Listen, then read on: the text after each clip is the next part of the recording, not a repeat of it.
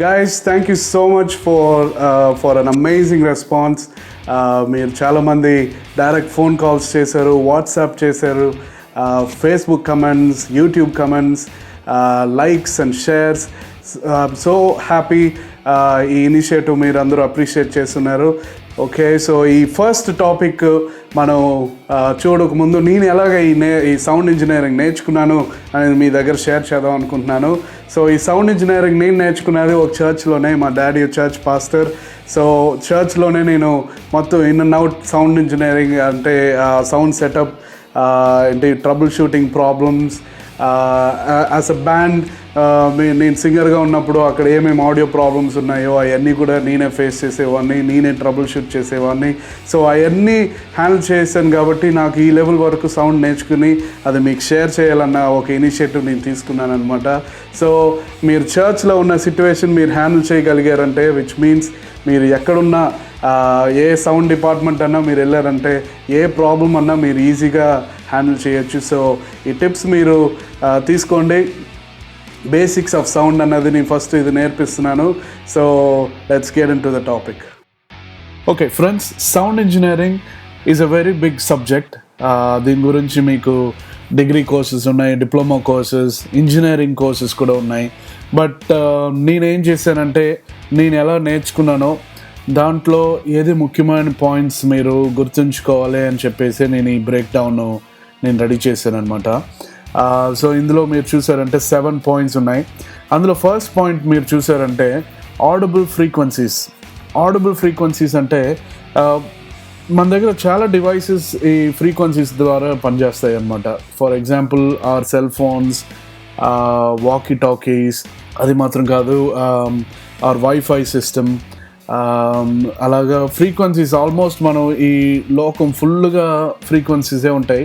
అయితే మన హ్యూమన్ ఇయర్స్కి వినపడే ఫ్రీక్వెన్సీస్ అని చూసారంటే దాన్నే మనం ఈ సౌండ్ అని చెప్తాం అనమాట. సో ఆ ఫ్రీక్వెన్సీ రేంజ్ ఏంటని చూసారంటే సెకండ్ పాయింట్లో ఉంది 20 Hz to 20 kHz. సో ఈ ఫ్రీక్వెన్సీ రేంజ్ మాత్రమే మన చెవులకు వినపడుతుంది. బట్ వేరే చాలా ఫ్రీక్వెన్సీస్ ఉన్నాయి. అయితే మనకి వినపడే ఫ్రీక్వెన్సీస్నే మనం సౌండ్ అని చెప్పి డిస్క్రైబ్ చేస్తున్నాం అనమాట. సో ఇందులో 20 Hz to 20 kHz. So 20 Hz అన్నది లో ఫ్రీక్వెన్సీస్, అంటే మనకి బేసిక్గా వినపడుతుంది. 20 kHz అనేది హై ఫ్రీక్వెన్సీస్, అంటే మనకి షార్ప్గా వినపడుతుంది అనమాట. సో ఇందులో 4 డివిజన్స్గా మనం స్ప్లిట్ చేసుకోవచ్చు. Low frequencies, low mid frequencies, high frequencies అంటే high mid frequencies, and then high frequencies. So ఇప్పుడు మీకు అర్థమవుతుంది ఎందుకు మిక్సర్స్లో మీకు 4 కంట్రోల్స్ అంటే కొన్ని మిక్సర్స్లో 6 కంట్రోల్స్ ఎందుకు ఇస్తున్నారంటే హై ఫ్రీక్వెన్సీస్ని మీరు ఎక్కించుకోవచ్చు, తగ్గించుకోవచ్చు. లో ఫ్రీక్వెన్సీస్ మీరు ఎక్కించుకోవచ్చు, తగ్గించుకోవచ్చు. Low mid frequencies, high mid frequencies అన్ని సపరేట్ కంట్రోల్స్ ఉంటాయి. కొన్ని మిక్సర్స్లో ట్రెబుల్ అని ఉంటుంది, కొన్ని మిక్సర్స్లో bass, treble, highs and lows అని ఉంటుంది. కొన్ని మిక్సర్స్లో ఫ్రీక్వెన్సీ కూడా మెన్షన్ చేసి ఉంటుంది. సో మీరు ఈ పిక్చర్ని మీరు జ్ఞాపకం చేసుకోవాలంటే మీరు ఎప్పుడు ఈక్యూ చేయబోతున్నారో ఈ స్పెక్ట్రమ్ని మనం మైండ్లో ఉంచుకుని మనం ఏ రీజియన్లో కట్ చేస్తే వాయిస్ బాగుంటుంది. అంటే కొంతమందికి వాయిస్ బేసిక్గా ఉంటుంది, వాళ్ళకి బేస్ కొంచెం తగ్గించవచ్చు, మిడ్ ఫ్రీక్వెన్సీస్ కట్ చేయొచ్చు, లేకపోతే మిడ్ ఫ్రీక్వెన్సీస్ బూస్ట్ చేయొచ్చు, లేదంటే బేస్ బూస్ట్ చేయొచ్చు, లేకపోతే హైస్ కట్ చేయొచ్చు, ఎక్కించవచ్చు. సో ఇదే మనం ఈక్వలైజేషన్ అంటాము. సో ప్రాపర్గా ఒక్కొక్క ఇన్పుట్, ఒక్కొక్క ఇన్స్ట్రుమెంట్ కానీ ఇన్పుట్ కానీ మీరు ఈక్వలైజ్ చేసి దాని కరెక్ట్ టోన్ మీరు రప్పించి దాని తర్వాత బ్యాలెన్సింగ్ చేశారంటే మీకు అవుట్పుట్ బాగుంటుంది అనమాట. సో ప్రతి ఇన్స్ట్రుమెంట్ మీరు తీసుకున్నారంటే ఒక ఫ్రీక్వెన్సీ రేంజ్ని ప్రొడ్యూస్ చేస్తుంది. So for example kick drum తీసుకున్నారంటే బేస్ ఫ్రీక్వెన్సీస్ మీకు ప్రొడ్యూస్ చేస్తుంది. At the same time high frequencies కూడా ప్రొడ్యూస్ చేస్తుంది. And for bass guitar, bass frequencies again and mid frequencies also. Guitar తీసుకున్నారంటే mid frequencies. So piano or keyboards తీసుకున్నారంటే almost full రేంజ్గా ఉంటుంది. తర్వాత human voice, low mid frequencies to high frequencies. So మీరు అంటే ఒకటి గ్రహించుకోవాలి ఏంటంటే any instrument you take, any sound you take, you will have all the frequencies that it produce. అంటే అన్ని ఫ్రీక్వెన్సీస్ అది ప్రొడ్యూస్ చేస్తుంది. అంటే కిక్ డ్రమ్ అంటే ఉత్తి బేసే కాదు, అందులో కూడా షార్ప్ కూడా రావాలన్నమాట. సో బేస్ గిటార్ అంటే ఉత్తి బేస్ మాత్రం కాదు, it has got mid frequencies and high frequencies also. So అలాగా ప్రతి ఇన్స్ట్రుమెంట్ ఒక రేంజ్ ఆఫ్ ఫ్రీక్వెన్సీస్ మీకు ప్రొడ్యూస్ చేస్తుంది అనమాట. సో నెక్స్ట్ పాయింట్ చూసామంటే sound travels slower than light. So sound మీరు చూసారంటే ఇది మనం చిన్నప్పుడే మనం ఫిజిక్స్లో చదువు ఉంటాం, బట్ ఇప్పుడే అది రియలైజ్ చేస్తున్నాము. So sound travels slower than light. Light చూసారంటే ఒక రూమ్లో వేసారంటే వెంటనే రూమ్ అంతా బ్రైట్ అయిపోతుంది. వేరే sound it takes some time, కొంచెం టైం తీసుకుంటుంది అనమాట మనకి ట్రావెల్ అవడానికి. సో దీనికి మంచి ఎగ్జాంపుల్ మీకు చెప్పాలంటే థండర్ స్టార్మ్.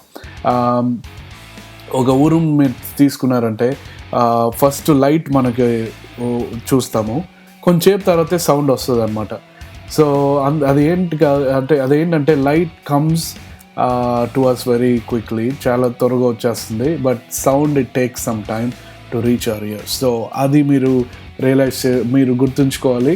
బికాస్ ఇది ఎందుకు చెప్తున్నాను అన్నది ఇప్పుడు మీకు అర్థం అవ్వకపోవచ్చు, బట్ ఫ్యూచర్ వీడియోస్లో నేను ఎక్స్ప్లెయిన్ చేసినప్పుడు ఇది ఎందుకు డిస్కస్ చేసాము, ఎందుకు సౌండ్ ట్రావెల్ అయ్యేది కొంచెం లేట్ అవుతుంది అన్నది మీరు రియలైజ్ చేయొచ్చు అనమాట. సో నెక్స్ట్ పాయింట్ చూసారంటే వేవ్ ఫామ్. వేవ్ ఫామ్ అంటే ఏంటంటే సౌండ్ మనం వింటున్నాము, కెన్ వి సీ దిస్, ఈ సౌండ్ మనం చూడగలమా అన్నది ఆలోచించారంటే yes, of course. So wave form is a recorded form of a sound. అంటే మనం రికార్డ్ చేసినప్పుడు ఇలాగే దాంట్లో రికార్డ్ అవుతుంది అనమాట. హై ఫ్రీక్వెన్సీస్ అన్నది పక్కన ఉంటాయి, లో ఫ్రీక్వెన్సీస్ అన్నది కొంచెం దూరంగా ఉంటుంది అనమాట. వేవ్ ఫామ్ అంటే పైకి కిందకి రావడం అన్నమాట ఫ్రీక్వెన్సీ వేవ్ ఫామ్. వేరే ఆర్టీఏ అని చెప్తారు. ఆర్టీఏ ఇస్ లైవ్గా మీరు సౌండ్ వస్తున్నప్పుడే కెన్ వి సీ దిస్, అంటే రికార్డ్ చేయకముందే can we see the sound అన్నదంటే ఈ ఆర్టీఏలో మనం చూడొచ్చు. ఇందులో లో ఫ్రీక్వెన్సీస్ మీరు చూసారంటే లెఫ్ట్ సైడ్లో ఉంటుంది, హై ఫ్రీక్వెన్సీస్ చూసారంటే ఉంటుంది. అక్కడ ఒక రెడ్లో ఒక మార్క్ ఉంది చూడండి, అది లో మిడ్స్ అనమాట. సో అది ఎక్కువ ఉంది అన్నది చూపెడుతుంది. సో డిజిటల్ మిక్సెస్లో ఇది మీరు చూడొచ్చు.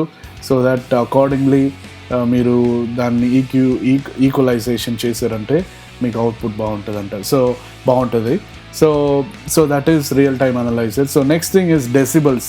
సౌండ్ని మెజర్ చేయడానికి యూజ్ చేసే ఒక యూనిటే మనం డెసిబల్స్ అని చెప్తాం అనమాట. సో ఎన్ని డెసిబల్స్ మనకి వినపడుతుంది, ఎన్ని డెసిబల్స్ మనం ఇంక్రీజ్ చేస్తున్నాం, డిక్రీజ్ చేస్తున్నాం అన్నది ఆ టర్మినాలజీ యూజ్ చేసేది మనం డెసిబల్స్ అనే టర్మినాలజీ మనం యూజ్ చేస్తాం. సో ఇందులో ఈ చార్ట్ చూసారంటే మీకు అర్థమవుతుంది. మనకి సేఫ్ లెవెల్స్ ఆఫ్ సౌండ్ అని చూసారంటే అప్ టు 80 to 100 dB వరకు చెప్పొచ్చు. సో దీని తర్వాత వచ్చేదంట హై వాల్యూమ్, అంటే హెవీ సౌండ్, మన హియరింగ్ కూడా చాలా డేంజరు. సో చాలాసేపు ఈ హై వాల్యూమ్లో మనం వింటూ ఉన్నామంటే మన ఇయర్స్ డ్యామేజ్ అవ్వడానికి ఛాన్సెస్ ఉంది. So next thing, the last topic ఏంటంటే sound reflects on hard surfaces. So ఇది చాలా ఇంపార్టెంట్ అయిన ఒక టాపిక్, ఎందుకంటే సౌండ్ రిఫ్లెక్ట్ అవుతుంది అనమాట హార్డ్ సర్ఫేసెస్. అంటే వాల్స్లో కానీ, విండోస్, గ్లాస్లో కానీ చూసామంటే సౌండ్ దాన్ని రిఫ్లెక్ట్ అయ్యి మళ్ళీ మనకే వినపడుతుంది అనమాట. సో ఇక్కడ ఈ పిక్చర్లో చూసారంటే సౌండ్ ఒక స్థలం నుంచి వస్తుంది, అయితే వేరియస్ రిఫ్లెక్షన్స్ అయ్యి ఒక మనిషికి చాలా డిస్టర్బింగ్గా అయిపోతుంది అనమాట. డైరెక్ట్ సౌండ్ ఒకటి వస్తుంది, అయితే చుట్టూరు వచ్చే సౌండ్ని మనం రిఫ్లెక్షన్స్ అని చెప్తాము. సో దీన్ని బట్టే మనకి రివర్బ్ అన్నది వస్తుంది, దీన్ని బట్టే మనకి reflections, echo, hall effect. So ఇది డిస్టర్బింగ్ ఫ్రీక్వెన్సీ. సో దీన్ని అరెస్ట్ చేయడానికి మనం అకూస్టిక్ ప్యానల్స్ వాడతాం, ఎందుకంటే సౌండ్ దాని మీద పడి డెడ్ అయిపోతుంది అనమాట. యాజ్ అ బాల్, మీరు ఒక బాల్ తీసి వాల్ మీద కొట్టారంటే అది ఎలాగ రిఫ్లెక్ట్ అంటే బౌన్స్ అవుతుంది, అదేలాగా సౌండ్ బౌన్స్ అవుతుంది. వేరే ఒక పిల్లో కానీ ఒక స్పాంజ్ మీద బాల్ కొట్టారంటే అది బౌన్స్ అవుతుంది అనమాట. So same principle applies for sound also, sound reflects. So ఇంతగానే ఇప్పుడు మీకు అర్థమై ఉంటుంది చర్చెస్లో ఎందుకు అంత రివర్బ్ వస్తుంది, అంత హాల్ ఎఫెక్ట్ వస్తుంది. బికాస్ సౌండ్ మీకు డైరెక్ట్గా వినపడట్లేదు, సౌండ్ వేరియస్ డైరెక్షన్స్లో అది స్ప్రెడ్ అయ్యి అక్కడక్కడ రిఫ్లెక్ట్ అయ్యి మన చెవుకి వస్తుంది, కాబట్టి సౌండ్ రివర్బ్ వస్తుంది, హాల్ ఎఫెక్ట్ ఎక్కువ వస్తుంది అనమాట. సో ఈ పాయింట్స్ని మీరు జ్ఞాపకం ఉంచుకోండి. These are very important because ఈ పాయింట్స్ని మీరు బేసిక్ పాయింట్స్గా మీరు ఇది గుర్తుంచుకున్నారంటే ఫ్యూచర్లో వచ్చే వీడియోస్ నేను చెప్పినప్పుడు ఏంటన్నది మీకు అర్థమవుతుంది. మీరు ఒక సిట్యువేషన్లో ఒక చర్చ్లో మీరు ఆపరేటర్గానో లేకపోతే if you're in sound and light ఇండస్ట్రీలో ఉన్నప్పుడు ఈ పాయింట్స్ మీరు గుర్తుంచుకున్నారంటే మీకు అంటే ఏం చేయాలి, ఎలాగ సిట్యువేషన్ హ్యాండిల్ చేయాలన్నది మీకు అర్థమవుతుంది అనమాట. So alright friends, this is basics of sound. So ఇప్పుడు చెప్పున్నవన్నీ మీకు ఈజీగా ఉందని నమ్ముతున్నాను. సో ఇవన్నీ నేనేం చెప్పాను, ఇది బేసిక్స్ అన్నది ఫ్యూచర్లో వచ్చే వీడియోస్ ద్వారా, ఫ్యూచర్లో మనం నేర్చుకునే టాపిక్స్ ద్వారా మీకు ఈజీగా అర్థమవుతుంది. కాబట్టి ఈ వీడియో అనేది చాలా ఇంపార్టెంట్. సో మళ్ళీ కావాలంటే ఫస్ట్ నుంచి మీరు చూడండి. ఒకవేళ ఏదైనా అర్థం అవ్వలేదంటే మీరు యూట్యూబ్లో కమెంట్స్లో మీరు కమెంట్ చేయండి. సో నేను దాన్ని ఆన్సర్ చేయడానికి చూస్తాను. So thank you so much once again. Next వీడియోలో మళ్ళీ కలుద్దాం. This is Christy signing of.